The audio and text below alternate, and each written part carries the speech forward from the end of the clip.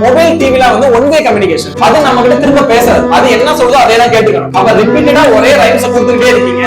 Example கோகோமலன் வச்சுக்கலாம். கோகோமலன் அப்படின்னு sound வந்தோடனே குழந்தை எங்க இருந்தாலும் டிவி மேல வந்து ஏன் இப்படி வந்து குழந்தைங்க அந்த சவுண்ட் கேட்டா உடனே ஓடி வராங்க அப்படின்னா ரிப்பீட்டடா ஸ்கிரீன் சேஞ்ச் ஆகுது.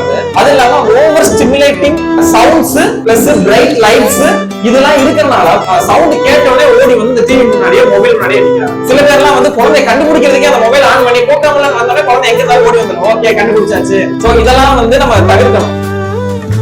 இது எந்த இடத்துல போய் நிக்கும் அப்படின்னா குழந்தைங்களுக்கு பிரெயின் ஃபாக் உருவாகிறதுக்கான சான்சஸ் இருக்கு. குழந்தைங்களை சிந்திக்க விடாது. கண்டிப்பா ஸ்பீச் டெவலப்மெண்ட் டிலே ஆகும், காக்னிட்டிவ் டெவலப்மெண்ட் டிலே ஆகும். அப்படின்னா குழந்தைங்க புரிஞ்சுக்கிற தன்மையில பிரச்சனை வர்றதுக்கான சான்சஸ் வந்து ரொம்பவே அதிகம். ஏன் அப்படின்னா பர்டிகுலரா கோகோமலன் மட்டும் இல்ல, இன்னும் அது மாதிரி சில பிராண்ட்ஸ் வந்து இந்த மாதிரி over stimulating lights and sounds screens வந்து மூவ் ஆகிட்டே இருக்கறனால குழந்தைங்க வந்து அஃபெக்ட் ஆகுறாங்கன்னு சொல்லிட்டு நிறைய ஸ்டடிஸ் வந்து இப்ப ரெடி பண்ணிருக்காங்க. நீங்க வந்து டிவியும் மொபைலும் அதிகமா கொடுக்காம நீங்க அதிகமா டைம் ஸ்பெண்ட் பண்ணணும்.